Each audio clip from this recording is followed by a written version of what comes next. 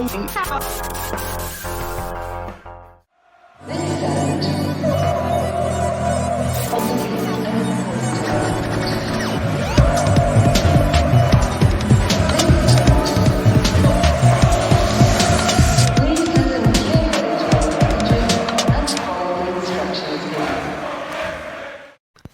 and welcome to the Blue Monday podcast, covering Ipswich Town since 2015.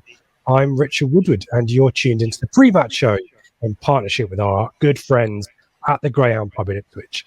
This is the Sheffield Wednesday away edition, and joining me to discuss that and much more is my good buddy Seb Brown. Seb, how are you? Are you feeling less stressed in the passenger seat this week?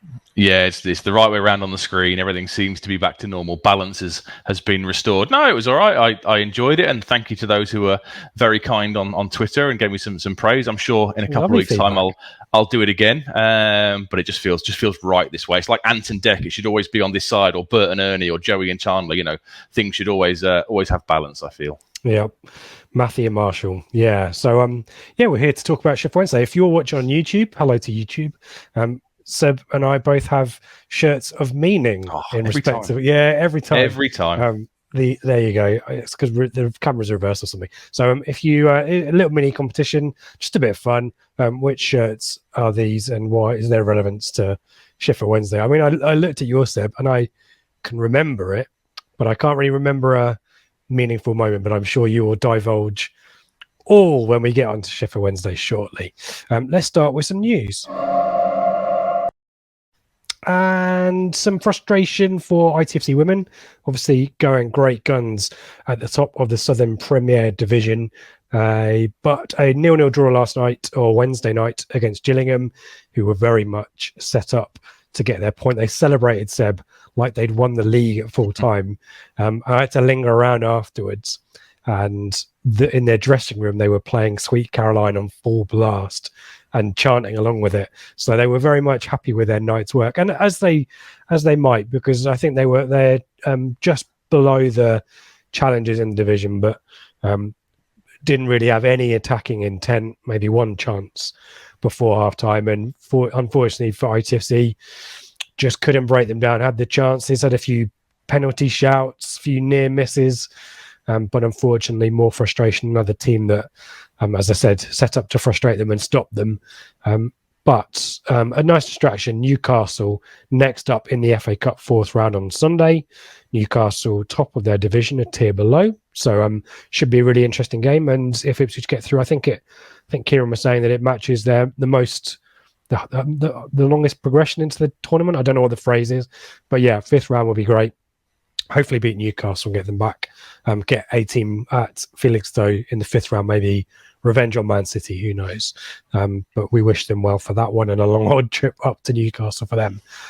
Into other matters, and we'll get some thoughts from Seb now on transfer dealings largely. Your thoughts, because I've got history here and don't want to upset anyone. Thomas Holy completed his loan move, expected to be to Bradford, but he's ended up with Port Vale in League Two.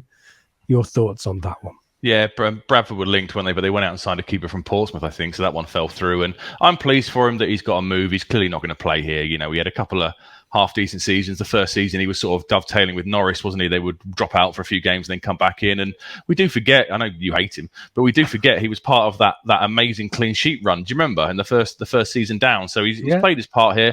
By all accounts, he's an absolutely top guy. You know, great to have around, great to have on the training pitch and in the dressing room and stuff. So we wish him well. I think it's quite clear, isn't it, that his contract won't be renewed. So this is a chance for him to go out and play some football for the next 4 or 5 months, and I think he's a perfectly adequate League One goalkeeper. I know he's dropped down to League Two just to get some minutes, but there's no reason why a lower sort of half League One side couldn't make him their number one, and we wish him well. Yeah, exactly right. Here, apart from you, obviously. And McKenna had added. I glossed over that point. McKenna had said that he wants to be a number one, and can't really complain about that as a goalkeeper. You know, as we said to Christian Walton, as we discussed with Christian Walton, or in Christian Walton interview available in the usual places, it's all about playing, particularly as a goalkeeper, and you just end up development kind of tailing off, doesn't it, if you're not playing? So good luck to him in League Two with Port Vale. Also, further interest in other players. What's that smirk about? Nothing, just You don't believe me? The way you were just like League Two, Port Vale, almost dismissive. Well, good luck, Thomas. Some of us like you. Kieran McKenna has alluded to interest in a few of his players. No surprises, given we announced that those players were up for loans, Idris El-Mazouni and Raheem Harper, but knows nothing of the reported Swansea interest in Scott Fraser, which is excellent news for me. But typically football managers, maybe, I know he's not been a football manager for long, but maybe Kieran McKenna has learned the dark arts of telling one thing to the press and other things happening behind the scenes. I hope Scott Fraser stays. But possibly one player coming in before the deadline day deadline on Monday. Have your thoughts on those bits and pieces of news, Seb? Makes sense, doesn't it? I guess the Evans injury might, and Morsey's now 4-game suspension, might mean that maybe one of El-Mazouni or Harper stays around, because I know you've obviously got Backinson or Bakinson, whichever way we're going to go with that one, and Carroll, but they haven't played a lot of football, so asking them to perform week in, week out for 90 minutes is a bit of a tough ask. So one may stay. It makes sense for one to go out, obviously, and have a good 4 months to rebuild confidence and fitness. And it's good that we've got options on the table. I guess we just hope that they go out and play, every single week. We don't want a situation where they're getting the odd few minutes off the bench, etc. We want them to go out and really, really play to a semi-decent level and come back all fit and firing for pre-season. With regards to Scott Fraser, I agree. I'd like to see him stay because his numbers are superb. He's proven at this level. I guess the argument is in the 3-4-3. Where does he really fit in? Could he be one of the central midfield options alongside more of a destroyer? He's certainly got the quality, and I really hope he does stick around. And I guess we'll have to wait and see when we know Swansea are interested, but they're not going great guns in the league, so they might not want to be backing the manager this time of the year. So hopefully he'll stick about and be able to contribute for the remainder of the season. Do you have anything to add on Wimbledon victory and Morsey suspension? Just like you and Dave said, the Morsey frustration is incredibly frustrating. Do we know if the extra game is because he had a red card previously, or is it because it was a futile appeal? Neither. We didn't even appeal it, I don't think, did we? We seemed to accept it. I don't think it was anything related to what we did. I think it was just set of 4 games, which because 3 games is the norm, isn't it, for violent conduct? If you punch him and the ref sees it, it's a straight red, and that's 3 games. So the 4th game, the extra game, seems ridiculous. But well done, Andy Holt. Well done. All those people that retweeted it and stuff. So no, big miss, because he was looking really good. He'd adopted that new role, hadn't he, where he's looking to drive the team on. He was more of a deep lying player under Cook, and under McKenna, he's really looking to push forward and inspire and drive. And he was really good against Accrington. So that's a big miss with the quality of Sheffield Wednesday's midfield that we'll come on to. He'll be a big miss. The Wimbledon game, just like you and Dave said, a good night's work. Struggled in the first half, obviously. Burns came up with the goods, and we got minutes in players that needed a bit of game time, I guess, and a great result away from home. And to quote every footballer for the last 5 years, we look to go in again on the weekend. Here we do. Worth mentioning, you can listen again to our midweek post-match reaction show. I think in my intro, I might have said pre-match. I'm just so out of practice for any other show on our channel that I just say pre-match, because that's all I think about at the moment. So it is post-match. If you listen to the first few seconds and think we did a pre-match midweek for Wimbledon, we did not do that. So stick around. That's probably one of very few mistakes that I make. But as I might have said something stupid or offensive, I just completely forgot about it. If you put it on the teleprompter, Ron Burgundy will say it. Read it. Cool. Let's talk about Sheffield Wednesday.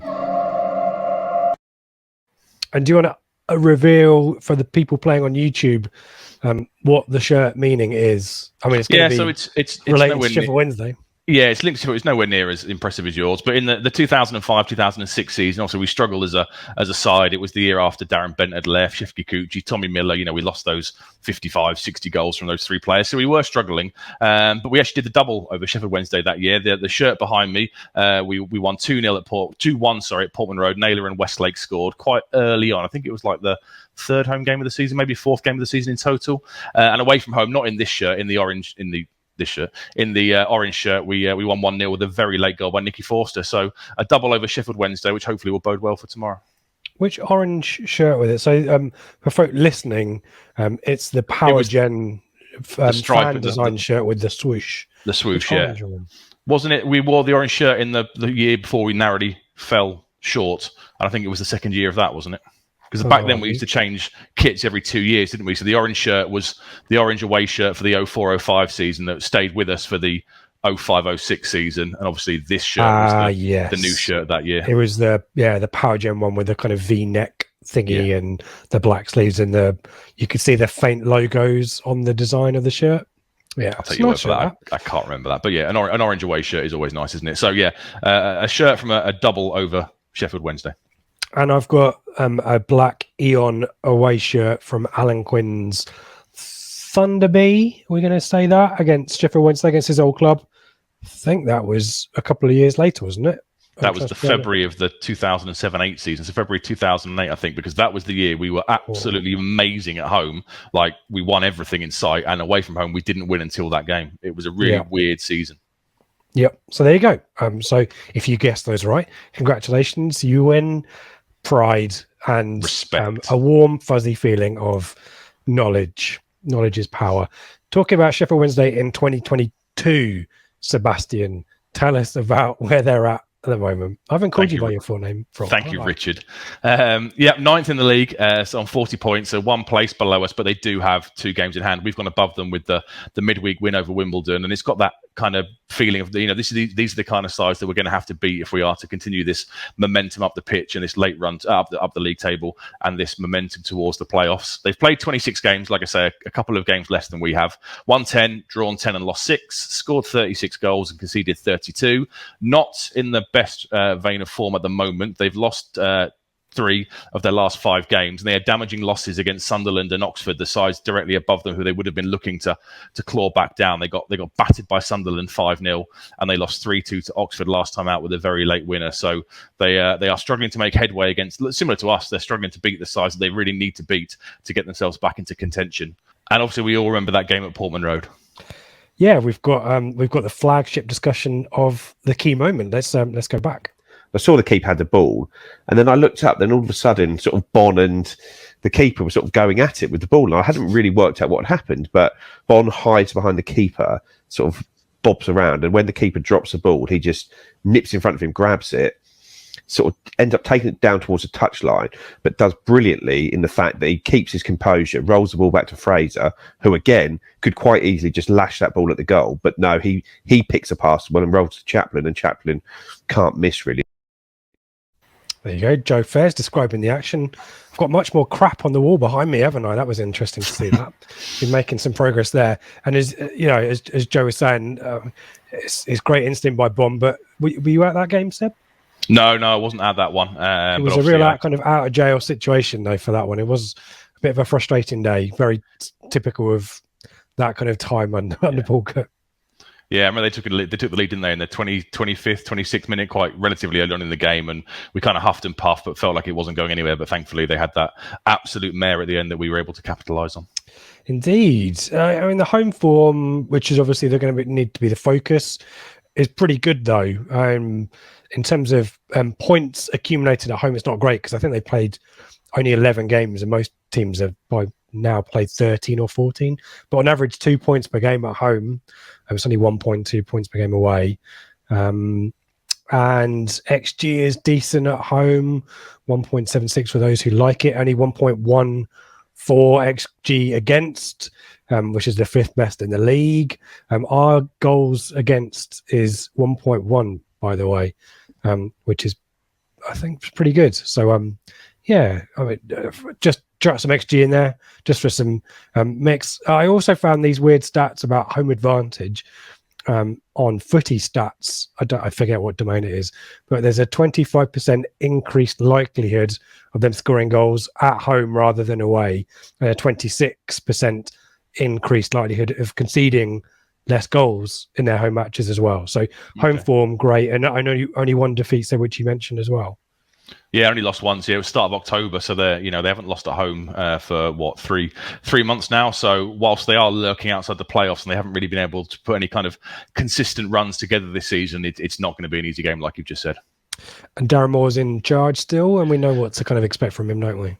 Yeah, obviously Darren Moore been there. He took over, didn't he, in the March of their relegation season. They had that crazy game with Derby on the last day. Did it finish 3-3, if I remember rightly? And Wednesday had to win, and they went down, and Derby stayed up. So he stayed with them throughout the summer. So he's been there for coming up to a year now. Played 46 games, so he's played a full season's worth of football with them. Won 16, drawn 15, lost 15, 1.37 points per game. And I guess that kind of form just shows it's that inconsistency, isn't it? Like we said, they've not been able to get going in this league, and that's what's caused them to be ninth outside the playoffs. And there is some kind of fundamental bits that we can call to kind of explain that. I mean, goals scored is not great. I mean, there are a lot of stats in an attacking sense which are mid-table, and those game stats that you just cited for Moore, they are mid-table kind of stats, aren't they? They are just bang average. It's weird how their form is so skewed towards home advantage. But overall, only 36 goals scored, which is the 12th best in the division. Only if, I'm looking at these, 13 shots on average per game is 10th best in the division. 1.6 big chances, I think, is great. And in terms of the style, and we'll talk more about this type of, the possession and the passing and all that kind of stuff. Lots of goals from open play, but not many elsewhere. 75% of their goals at home are from open play, and then the rest of them are mostly set pieces. No penalties in there, so they're not creating chances from through balls. They're not creating. It's. We'll talk about the possession. Talk about the possession for a sec, because that tells a story with the Darren Moore team. I will do, yeah. Just note that point you've made about the no goals from through balls. That surprises me. Doesn't it surprise you with a player of the quality of Barry Bannon in central midfield looking to, dictate and get on the ball? That stat did surprise me.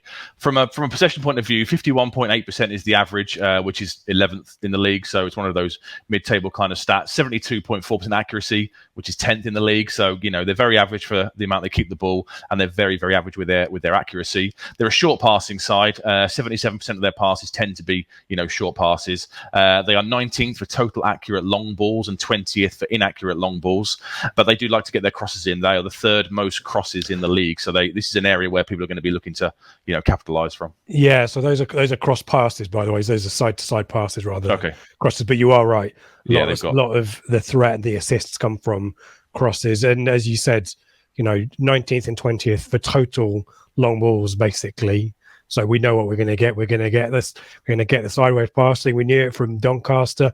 Those of you who recall the 1-1 draw in the first season down, they should have passed us off the park and should have beaten us, but we managed to fluke a goal in that one. And it was similar against Sheffield Wednesday earlier in the season as well. So we know what to get. Know what we're going to get in terms of style of play. I do think we'll talk about Barry Bannon shortly, but defending also not great. I mean, the home defensive record is much better. Only 10 goals conceded at home. They don't concede too many shots, but only 13.3 tackles on average per game, was the 19th best in the division. The lowest number of attempted tackles. Generally, they're winning the ball back through interceptions. Their flood midfield, that's not too much surprising. Not great in the air. Only 20 odd aerials won per game, which is the 18th best in the division. So it is a team that wants to play on the floor. 8 clean sheets. So we're going to talk about the personnel. I think there are aspects at play with the personnel on the defensive side and the attacking side, which we'll come on to in a second. But as you keep saying, Seb, short passing, lots of crosses, isn't it? And all these stats that we're saying, like 10th in the league on average, 12th in the league on average, explains exactly why they're 9th. It seems quite similar to us, a couple of years ago under Lambert, and I guess last year half under Lambert, half under Cook. They're a side which can't get any kind of consistent runs together, and when they come up against the big boys, they beat Plymouth recently, but the vast majority of times they face one of the league big boys, so to speak, they tend to choke a little bit, and that's why they are where they are. And they've got a real problem with, certainly earlier in the season, but the defeat to Oxford shows they're not great at holding on to leads as well. Again, more likely to be an away situation than a home one, but there are situations where they've taken the lead twice. I think they took the lead twice in Oxford and they then lost 3-2. Yeah, they did. They draw with Cambridge and Wimbledon, similar situations.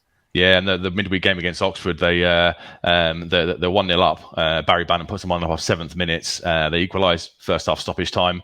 Wednesday then go 2-1 up in the 61st minute, and they concede almost immediately the 62nd minute. Oxford get an equaliser, so they are very vulnerable when they always say in football, don't they, you're the most vulnerable when you've scored, and they kind of prove that fact. They get it back to 2-2, and they get an 84th minute winner through Matty Taylor. So they're not a side that's good if they go in front. They haven't got that kind of, I guess, is it a mental thing? We don't know, mental, physical thing, but for whatever reason, they're not great at going ahead in games.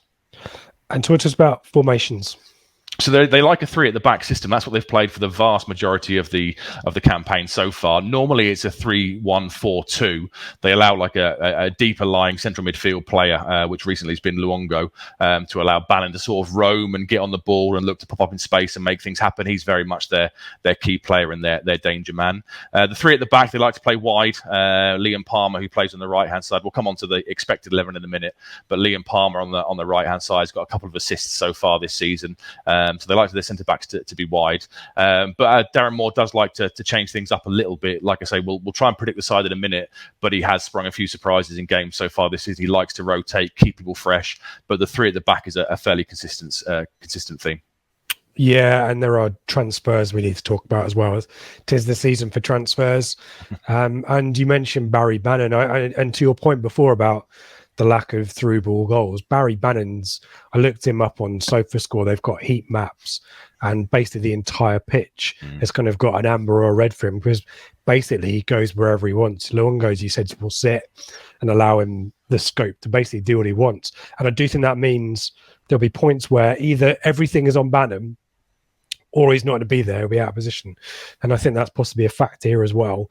The other factor as well is the strikers, which there's a big debate about who will start. I think certainly one's a shoe-in. Who accompanies him, we'll talk about as well. But certainly talking of shoe-ins, the goalkeeper, there's going to be no doubt about that. But obviously a goalkeeper known to us. Yeah, Bailey Peacock-Farrell, obviously on loan from Burnley, the one that had the howler against brain fart against Bond. I'm still amazed they didn't shout at him, because I'm sure Iorfa is staring right at him. So it's crazy he's not screaming at him. But yeah, Peacock-Farrell will be the keeper. They've got a guy, Joe Wildsmith's the backup, but Peacock-Farrell's played 23 games so far this season, so he's a shoo-in for the number 1 position. The centre backs, this is where it gets a bit interesting. So they've signed 2 centre backs in the window so far, 1 today. So they've brought in Jordan Story and they've brought in Harley Dean on loan from Birmingham today. They're both experienced centre backs, and they've got some bad injuries. Dominic Iorfa, obviously formerly of this parish, he was a right back, I think, on loan at us for the majority of the time, but he's shifted inside. He's been out since November, and Shay Dunkley was part of that Wigan side, wasn't he? They got picked apart when they went into administration. He went off in the Sunderland game, I think it was, a couple of weeks ago, and he's not been back since. So for the last few games, they've had a back 3 of Liam Palmer on the right hand side, Sam Hutchison's come into the centre of the back 3, and Marvin Johnson's been on the left hand side. But I would fully expect, you don't go and sign players of the likes of Harley Dean and Jordan Story and have them on the bench or have them not involved. Dean only joined, I think it was last night, so whether or not he's going to be ready to step straight on, I'm not sure. When were we recording? Sorry, yes, joined on Wednesday night. Make the same mistake I made last week. He joined on Wednesday night. Jordan Story arrived on the 19th, so I expect Jordan Story to come in, and it'll be 4 of the previously mentioned 3 in the back 3 tomorrow. On Saturday. Maybe it's an attacking thing, but the centre backs really, really do play wide. But it's not a surprise, because Palmer and Johnson, both their natural positions are either wing back or midfield. So they are crying out for, I was speaking to a Sheffield Wednesday fan, crying out for orthodox centre backs to come and help out. And Harley Dean's obviously a name that should be known to a lot of people from the Championship. Brentford and Birmingham, I think he's made 15 odd appearances for Birmingham this season. So it's not like he's going to be out of fitness or anything like that. So he should, as you said, Story and Dean, I'd be surprised if they don't start, with Hutchinson probably staying as the anchor in the middle there. And then, talk us through the options in kind of central midfield and out wide. So the Jack Hunt will be the sort of the right wing back, but their wing backs really do play pushed up. It's almost like a 3-5-2 with a 5 across the midfield. They really like to get forward. So Jack Hunt will be the right wing back. 21 appearances with 3 assists. Obviously very experienced at at Championship level with Bristol City and Palace. I want to say Bristol City definitely, and then likely to be Mendes Lang, who used to be at Cardiff on the left-hand side. They're struggling a bit in that left-hand position. He's only made 5 appearances so far with 1 goal and 1 assist, but he did start midweek against Oxford, so I think he's likely to be the player in the left-back position. Or if the 2 new guys come into the back 3, they might look to push Marvin Johnson up that left wing-back role. And talk to us about the centre midfield 3, because we've talked about Luongo and his job. I think that's no surprise, given we know what his. We talked about him earlier in the season. It's a shame that his loan was cut short, but he's only really come into the side in recent times, isn't he? Recently, yeah. This is an area where, again, they've got issues with injuries and stuff. So Luongo will be the deep sitting one. We had him in loan in 2012, but he wasn't built for a Mick McCarthy relegation scrapping team, wasn't he? So he went back to, was it Spurs? I think he was on loan from. Wasn't that Paul Jewell? I don't want to.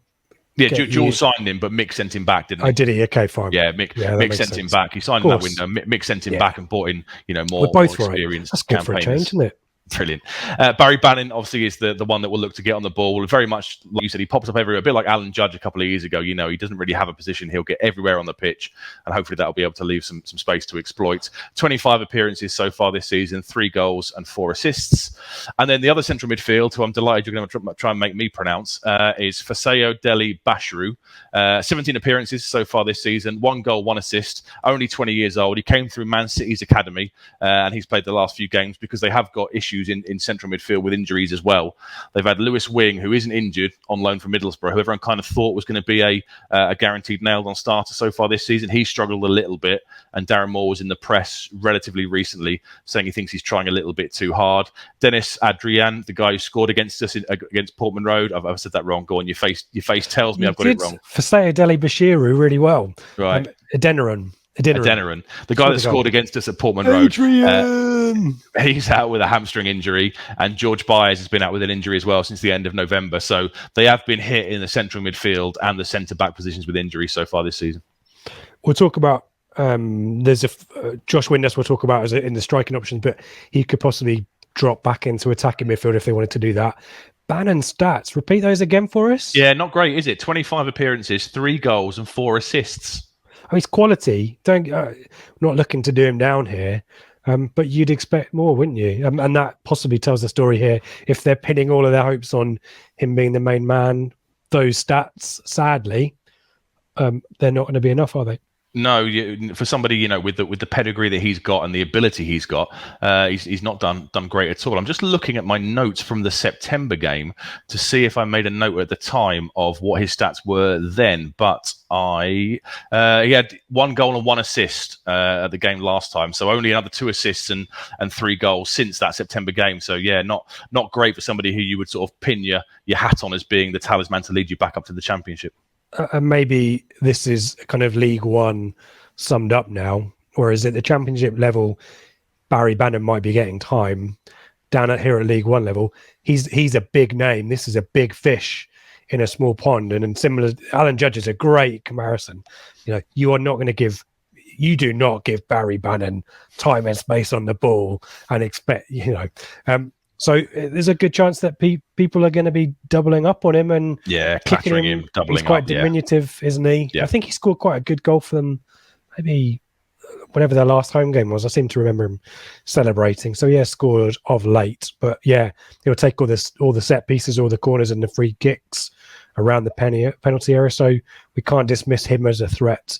Yeah, he scored against Oxford. He scored against Oxford in midweek, yeah. Put them 1-0 up in the 7th minute. So, yeah, I don't know. Very much like Alan Judge, I kind of think that they thought he'd be the talisman to lead them back. You're looking at those kind of players who've proven at the higher level to drop down and have amazing seasons and play 46 games and get 10 assists and 10 goals. But like you said, League One tends to chew people up, doesn't it? And all it takes is a side to do their homework, double up on him quickly, get a gnarly central midfield or a gnarly centre back to smash him in the first minute, and it could really throw him off his stride. So if we can keep him quiet, that's why Morsey missing is a bit of a blow. You'd love Morsey to be in there up against him, snarling, winding him up. That is going to be a big loss. But hopefully we can keep him quiet. Was it El Mazzuni who did a number on it in the home game? He did. He played in the home game. Yeah, El Mazzuni played. He came in and started. And he did really well, didn't he? It was the game where we sort of noticed that El Mazzuni had that bit of physicality. So maybe he might well come in, maybe alongside Carroll or Backinson. Yeah. Talk to us about the striking options. We mentioned there might be some rotation here. Yeah, I think one of the new signings will come in. So Lee Gregory will be one of them. Dropped down from, everyone knows him from Millwall and Stoke in the Championship. He's dropped down to Sheffield Wednesday. 24 appearances, 8 goals and 5 assists, but he's not scored for the last 5 games. So he's a threat, but he's not in great form at the moment. And then recently been playing Silla Sow for the last couple of games, 1 goal this season. But in midweek, I think it was, or the week before, they signed Tyrese John Jules on loan from Arsenal, who's a striker. So if I was a betting man, I'd imagine he will come in alongside Lee Gregory to make his debut. I see your Tyrese John Jules, and I raise you aforementioned Josh Windass, who has made goal-scoring contributions from the bench, replacing Sow in the last 2 matches. Yeah. I'd be surprised if he doesn't play Windass somewhere, and as we mentioned, he could sit deeper in the number 10 role if they wanted to do that. There's some other names there, Seb. Some of the well-known names. Saido Berahino, I think he joined them just before the September game, but he's not really got going at all. Callum Patterson as well. They're sort of bench options. Berahino didn't get on in midweek against Oxford, so they're very much bench options at the moment. And they've got a guy on loan, Florian Kambari, who's just got back from an injury. I think he had a knee problem. He's closing in on a return. He might be available to be on the squad or on the bench. He certainly won't start, but I think Darren Moore was suggesting he's not too far away from a return, but that could be a John Nolan style close to a return. That's been a year now, so I don't expect to see him. There you go. So 3-1-4-2. Expect, I would say, at least 2 new debutants to make their first starts in defence and or attack. Look out for Barry Bannon, and look out for the. We know about Gregory is a big presence, kind of a very physical presence up front. Expect crosses from the right hand side from him. Expect short passing. What can Ipswich Town do about this? Seb, you've mentioned the absence of Morsley, which is an issue, at least the games after this one. And we need to kind of, I really shudder. We didn't want to talk about the P word on Wednesday or Tuesday, whenever it was. But this is possibly a really pivotal game for both of these sides if they've got any aspirations of finishing in the top 6. It is, yeah. We probably both need to win, don't we? They need to win to go back ahead of us and keep that cushion with their games in hand, and we need to win to make sure that if they win their games in hand, they're still going to be behind us. And it was all looking so good, wasn't it, on Tuesday night? Was it a 95th minute winner for Scott Twine for MK Dons? So this is how it's going to be for the next few seasons, next few weeks. We're going to be 5 points off it at one point, then maybe drop to 7 points off it, etc. So all we can do is keep winning, keep this momentum going. I don't think we'll make too many changes other than the enforced left back change. I mean, would you keep Backinson and Carroll in midfield? Do you think they can do it? Can Carroll play 3 games in a week, do you think? And if not, is it El Mazzuni you're looking to bring in? Based on what we were talking about before about Barry Bannon, El Mazzuni knows how to play him. I'd quite like that, but I do think he'll possibly go for experience. But we made a lot of predictions about the lineup last week and we're totally wrong. Some of them enforced changes, admittedly, but would you revert to more of the lineup? It will go back to the Accrington lineup, surely, won't it? Yeah, but that's very harsh on Aluko, who I thought was excellent the other night. So I'm guessing Bond will come back as the main striker.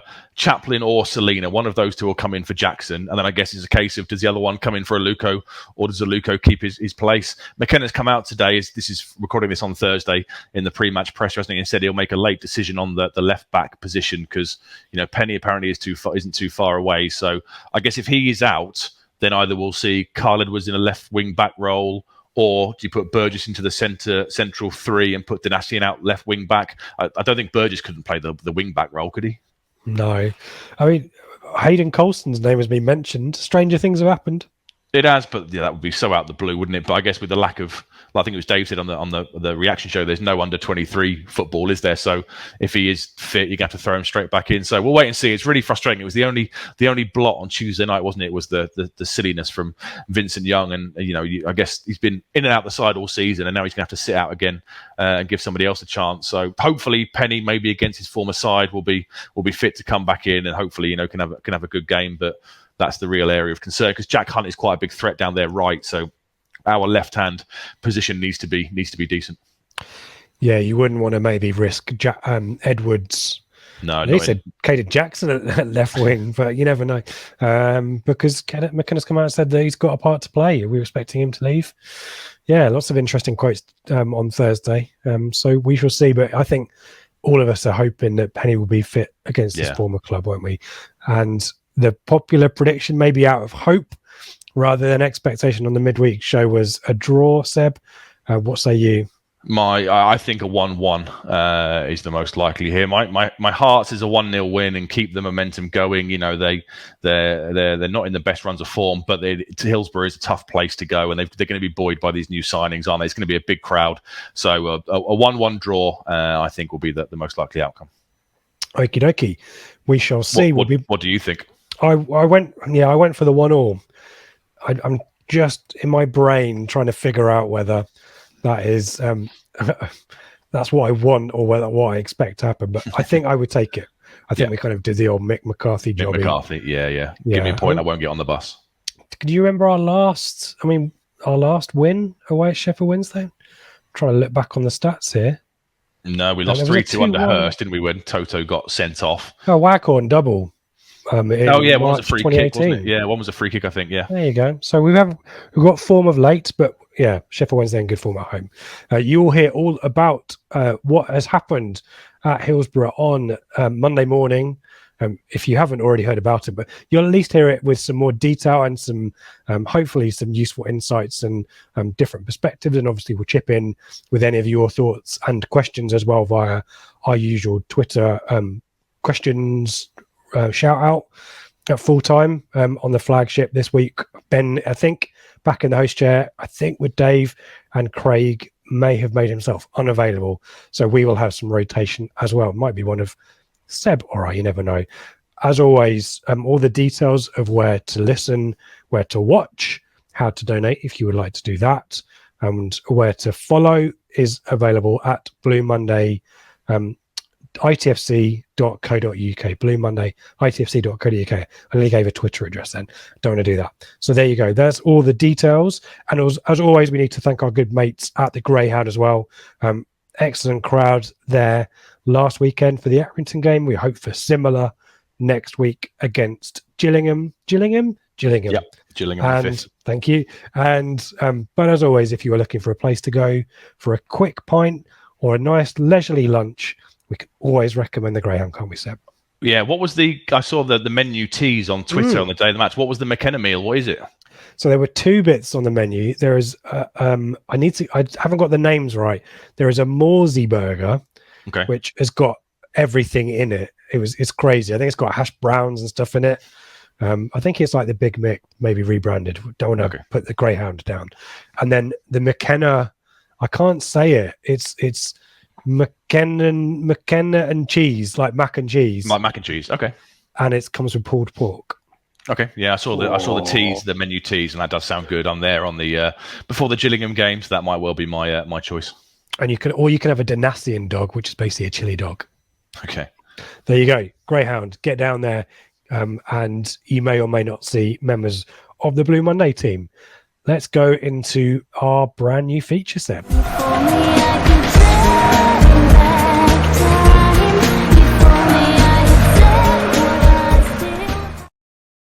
There you go. I love a bit of Aqua. It's much more chilled out type of vibe than the old Room 101. I'm starting to miss the 101 vibe, though.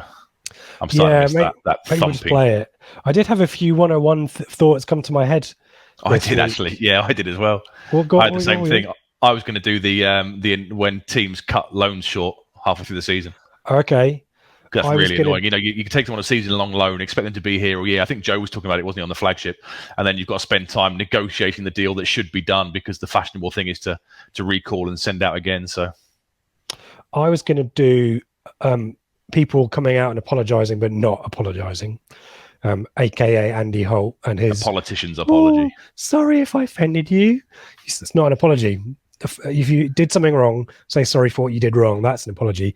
I'm also and I hope tweet at Ipswich if I would have got your votes because I'm doing. You'd have won that. You'd have won that one because it's topical. Everyone hates Andy Holt. That'd have been a guaranteed home banker for you. If it had just been me versus me, and frankly, this is the only way I'm going to win these days because Seb obviously wins the popularity vote. It's disgusting. My other one would have been this John Terry led non-fungible tokens thing that he's doing with footballers with little chimp logos or something like that. got no time for that. And this cryptocurrency bollocks that football clubs are starting to get involved in as well. Nonsense. A load of people lost big money, I think, in the last few weeks on that. So that would have been up there. But yeah, Andy Holt's sorry, not sorry would have probably been mine. But anyway. That'd have been a guaranteed home win. So it will come back. It will return. Well, obviously now we haven't got to spend a week thinking about it. Naturally, things are starting to come to us. So we will bring it back and we'll start making lists of stuff. We're good once the pressure's off, eh? Yeah. Worth mentioning then, as I alluded to there, that's everyone loves Seb on the Twitter poll. I mean, 14. To be fair, you did slag them all off. You blamed them all, and you said it was their fault and stuff. It was affectionate. I didn't slag anyone off, did I? Yeah, I probably did. Yeah, in which case, I'm sorry if I offended you, Twitter. Oh, sorry. So there we go. Seb, top of the Blue Monday Sliding Door Moments League. We were doing early Burley last week. That's a 14.2% victory there, Seb. That is junky. Massive. For the injuries to Jono and Scoey in the 98-99 season against my Scoey hitting the post against Millwall 95-96. I've removed points per game because it's a nonsense metric, and we will stick with, I think what I quite like the percentage difference being the differentiator. Craig, feel free to reply in the comments. So early Burley last week, late Burley, is that what I need to find a rhyming couplet? Yeah. Later Burley era. You've got some ground rules for this week, Seb. Yeah, I should explain. So obviously every man and his dog is going to say that the ultimate sliding doors moment for Burley is the summer transfer window of 2001. We heard it on the interview with Craig, which is still available. A superb couple of interviews based on his playing career and his managerial career. But it sounds like we were going after Mark Poom as the number one choice to replace Richard Wright. He was injured. We go and get the Italian goalkeeper, as he was affectionately referred to. So that is an absolute give me. So we've decided between us that we won't be picking the summer transfer window because it would be an absolute home win, wouldn't it? So we're going for Richard Wright's departure and Scully's departure. I think it's far too easy. You know, if Finidi George comes in, that's not maybe, he did all right numbers wise, but if Poom comes in instead of Serena, we probably don't get Andy Marshall, and everything hopefully might have been all right. So we're going to skip that one. That would have been a guaranteed winner for somebody. So I'm not that generous to let him try and get some points back on the board. So we're going to move past the summer transfer window, and you're going to focus on the relegation season, and I'm focusing on the first division back in the Championship, or Division 1 as it was called then. So I'll let you go first with yours. We're doing chronological order, shall we? Yeah. So I'm going to drill into, let me get the exact date here so he can be precise. I know how people like things to be precise. The 2nd of March, 2002, Ipswich Town 1, Southampton 3. We had just been battered by Liverpool, which was not a surprise. The team in that era was just ridiculous. I think they had 3 up front, Anelka, Heskey and Owen or something stupid like that. So we didn't really stand a chance, particularly with Andy Marshall in goal. But at the time going into this match, Southampton, before this game, were 13th, 1 point ahead of us. We were in 15th. And this defeat just took the stuffing out of us. We'd got ourselves back into kind of lower mid-table after an amazing Christmas run of 7 wins in 8.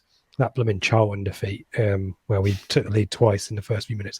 But the Southampton defeat, just particularly given the opposition, and I mentioned they're not any great shakes, but the abiding memory for me, and I've got an image of it here, is 33-year-old Chris Marsden waltzing through our defence Lionel like Messi-esque. Yeah. I mean, look, Seb, and I'm maybe damning myself here. It looks like me if I'd put a Southampton shirt on, shaved the beard and took the glasses off. I scored against Ipswich in the Premier League. Our defence just collapsed. And from that point onwards, we managed 1 victory. We had 30 points. We just needed to get to the magic. Well, what was the margin we needed? We needed to get to 40 points and 1 less goal difference than we ended up with to stay up at the expense of Sunderland. Actually, 4 points. Apologies. So we only needed to, a win and a draw, or maybe a win and a win. And instead, we lost 7 and we drew 3 of them. We only beat Borough. And that, to me, set us on a trajectory for permanent negativity ever since. So there you go. I think didn't we also wasn't there a break between the Liverpool game and there's an international break, isn't there? And didn't we go away to a warm weather that training might be camp, right. I think. And I seem to remember all the quotes in the press saying, let's get the Liverpool monkey off our backs and we're looking forward to getting back and putting things right. And yeah, it just absolutely killed us, didn't it? It killed Just less than the a month, players. Seb, gap. It killed Crazy. us. It killed us as fans. And yeah, great shout, to be fair. But you're looking, I'm looking in there at these. I mean, West Ham away was a pretty chastening day. The Bolton defeat, obviously, we know about there. Yeah, the Man Bolton is United the one. defeat. But they And were we're unlucky. winnable games in there. We draw 0-0 at home to Chelsea, and Marcus Bent misses a penalty. I think there's a couple of games where we could have. It was in our hands, so to speak. But yeah, then it went, didn't it? Yeah. So there you go, Southampton. Let me just put up Chris Marsden's face there. Just think of that when you're voting on Twitter. Just look at his face. Look at his face. Cool. Right, I'm going to go for a couple of months later after that. So I'm going to go for the fact that qualifying for the UEFA Cup, as it was at the time, via the Fair Play League, which, by the way, is rubbish, cost Burley his job and cost us coming back up. We had the great season the year before where we, Inter Milan, Helsingborg and Torpedo Moscow. We qualify via the Fair Play League when we get relegated. We play Avenir Begin. We scrape a 1-0 victory over there and we come back and absolutely batter them 8-1. However, straight after that, we struggle to a 0-0 draw against Preston. We then play FC Sarted at the third week of September. Straight away after that, we go up to Stoke and lose 2-1. We then play FC Sarted in the return leg. Okay, after that, we do beat Wimbledon 1-0 with a 90th minute Darren Ambrose goal. But the game after that is the Burley 3-0 Grimsby time for a change match. And then we play Slovan Liberec. We play them and we lose to Palace straight away afterwards in Joe Royle's game, first game at Portman Road. So it absolutely killed us. We couldn't cope with it. We didn't have the squad to cope with it. You could argue it really hurt us the year before, but at least we got some good away days and some big names. We played Avenir Begin, FC Sarted and Slovan Liberec, and none of these really jumped out. You're pointing, that's the Inter Milan picture, isn't it, of Alan Armstrong? Yeah.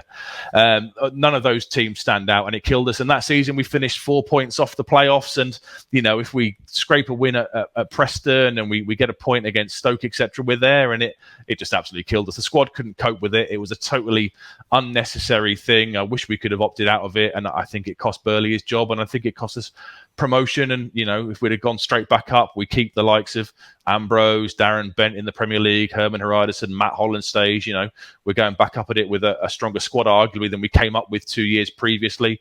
But we don't. We miss out. We finish 7th, and from there, administration comes and it all starts to fall apart. So for me, that moment there cost Burley his job and cost us our return to the Premier League. I mean, there are some strong offerings there. You just think back on that era, if you're of the right age. How do we screw that up so badly? So badly. That team in the Premier League era it was too good. It's a cliche, isn't it? Too good to go down. It just totally. I mean, the European ties obviously didn't help us either. I'm trying to, Torpedo Moscow and then drawing with Blackburn and that kind of stuff. Helsingborg and drawing with Fulham, I think, was it after the Helsingborg game, and Inter Milan drawing against Middlesbrough. The same pattern happened. We could never deal, could we, with playing on a Thursday and then playing on a Sunday? We could never deal with it. Well, you look at the last Inter Milan game was the 6th of December, and then a few weeks after that we lost at Newcastle, then away at Villa, and then that run begins. I don't think it's any coincidence. And I've got a similar thing here. After we go out against Slovan Liberec, we only lose 3 out of the next 13 games. We got a little bit of a run of form. We lose to Forest, and there's a couple of the big boys in there who ultimately finished in the playoffs. No. Yeah, Johnson, 2-1. We were there. We were. But then we got on a decent run of form over Christmas and we start to make headway up the table. And it just proves we couldn't deal with it. And for me, that's my sliding doors effort this week. Good stuff. Well, as always, the Twitter poll will appear partway through Friday morning when I wake up. We'll put the tweet out for the show first and then we'll catch up and then you can vote on that. And we'll be interested to see how that one pans out and we'll reveal the results next week. And for one more time, let's listen to Aqua.